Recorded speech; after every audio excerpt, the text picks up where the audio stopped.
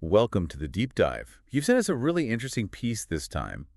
It's a look at current events, but framed by biblical warnings about what could be the end times. Right, like trying to read the signs of the Yeah, time. exactly. A bit like looking back at the warnings before, say, the 2008 financial crash, or even the Titanic, those signals beforehand. Yeah, definitely. So our goal here is to really dig into the core warnings that are presented in this text you sent. And figure out why they might matter, why they might hold some weight for you right now. Precisely. The source basically asks, what are these key biblical warnings, and why should we maybe pay close attention to them today? Okay, so where does this start? The text kicks off with something pretty, well, unavoidable, right? Yeah, the fact that we all face death and judgment, it's heavy stuff for sure. But the source really emphasizes the certainty of it, doesn't it? It's not presented as maybe. No, not at all. And what's interesting is the urgency the source puts on this. It's not just some distant event. Like a prompt for action now. Exactly, a real call to, spiritual action in the present. The text really highlights how short our time is. Fleeting. Fleeting, yes. And the potential for, well, lasting consequences if we don't really grapple with this reality. So it's less about being morbid and more about a wake-up call. Like, life's short, and that matters beyond just here and now. That's it. It feels like the source is saying, hey, there's no time like the present. Don't put it off. Right, and the invitation is to take a good, honest look at your spiritual situation today. Now, that immediacy is a really key element. Okay. Then the focus shifts inward to this idea guarding your heart. It calls it an internal battleground. Yeah, that's a powerful image. What's the significance there? Well, connecting it to the bigger picture, the source positions the heart as the absolute core of our moral and spiritual lives, our struggles. Where things start. Right, the origin of our actions, where decisions really take root. And the text suggests that negative forces, the enemy, as it puts it, actively try to get into our hearts to pull us away from, let's say, God or our core values. So like modern distractions or negativity. Could be. Think about the constant flood of bad news or the pull towards just instant gratification. Those could be seen as today's enemies trying to breach the walls of our heart, So it's not just about what we do, but what's going on inside, our thoughts, desires, what we let take root. Exactly that. This warning calls for continuous self-reflection. Are we actively feeding our inner selves with things that align with our values? Or just letting the junk pile up. Yeah, or letting negativity and distractions just sort of take over. The source implies real faith isn't just surface level. It has to grow from a protected, nurtured inner life. Makes sense. Okay, next up, pride. The text warns about pride and calls humility a shield. Why is humility seen as so protective here? Well, what's interesting is how the source connects being overconfident with becoming spiritually complacent, sort of letting your guard down. When we start thinking we've got it all figured out, relying too much on our own strength or righteousness, We get blindsided.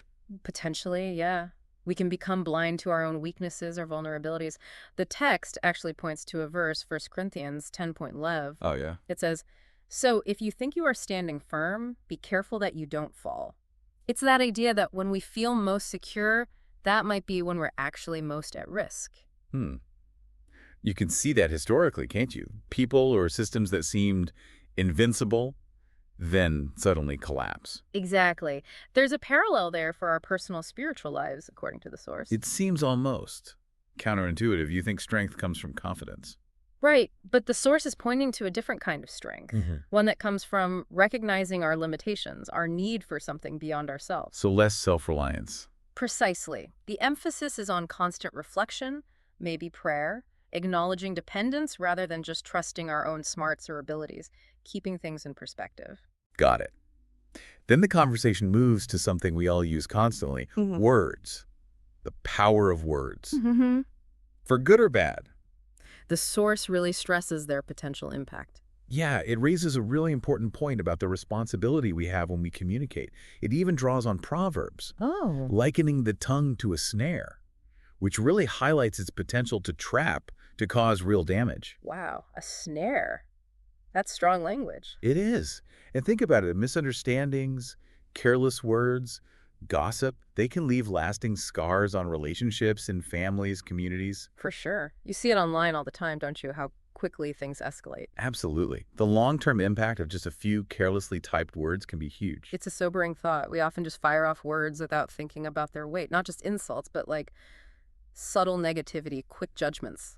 That's the point. The source seems to advocate for real mindfulness in how we speak. So be intentional. Yes. Encouraging us to actively try to build a culture of encouragement, positivity, building each other up based on our core values instead of falling into that destructive or just careless talk. Okay. Warning number 5 hits close to home. The people we hang out with. Our circle. Yeah, the influence of our companions. It's a reminder that we're definitely not islands. So what's the core idea there? Well, what's fascinating is the direct link the source draws between who we associate with and the choices we end up making.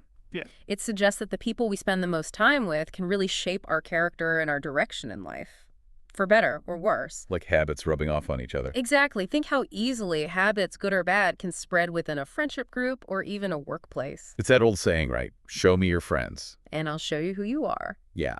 The source seems to be pushing us to be really thoughtful about who we let influence us. Who gets our time and attention? Absolutely. In a world with so many competing voices, so many different values swirling around, carefully evaluating our friendships, the media we consume, the influences we're exposed to, it's presented as crucial for staying true to our principles. So seek out good influences. Right. The source encourages actively seeking connections that support, a life of integrity, while also just being aware of those potentially negative pulls, not naive about them. Okay, that makes sense.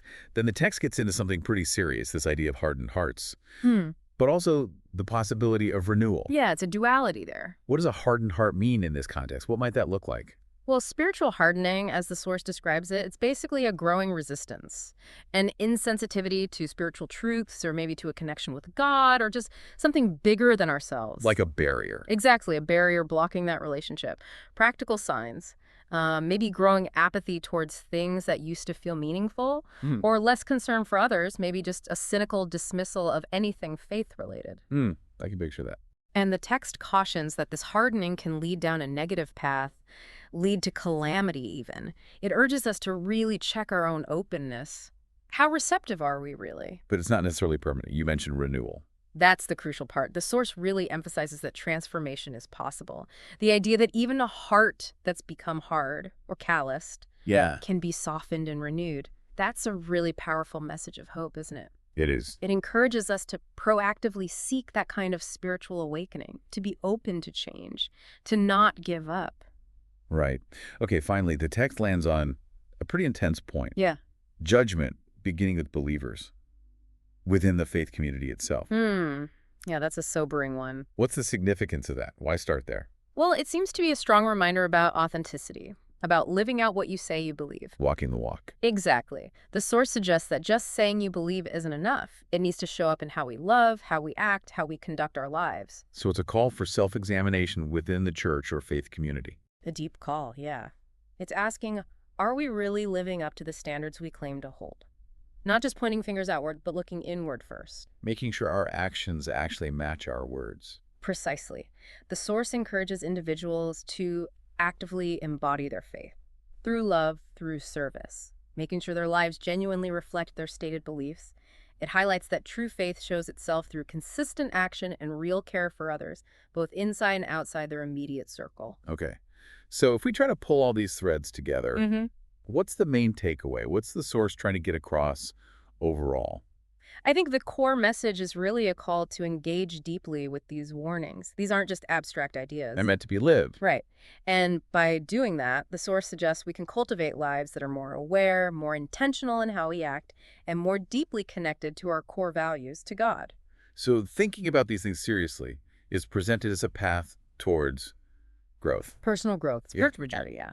And maybe a state of readiness for whatever the future might hold, eternally speaking. So the big takeaway isn't just a list of anxieties, but more like a roadmap, a guide for living a more deliberate, spiritually conscious life. I think that's a good way to put it. Taking these age-old warnings seriously in the here and now. Moving beyond just knowing them. Exactly. To actively applying them in our day-to-day. That seems to be the challenge. Well, this has definitely been a thought-provoking deep dive into this text. Lots to chew on. It really really has. It kind of encourages us to look both inward at ourselves and outward at the world, maybe with a more reflective perspective. Definitely. So for you listening in, as you reflect on what we've discussed today, maybe here's a question to consider. Which one of these warnings really resonates with you right now? Which one sort of hits closest to home? And maybe, what's one small, concrete step you could take today in response to that?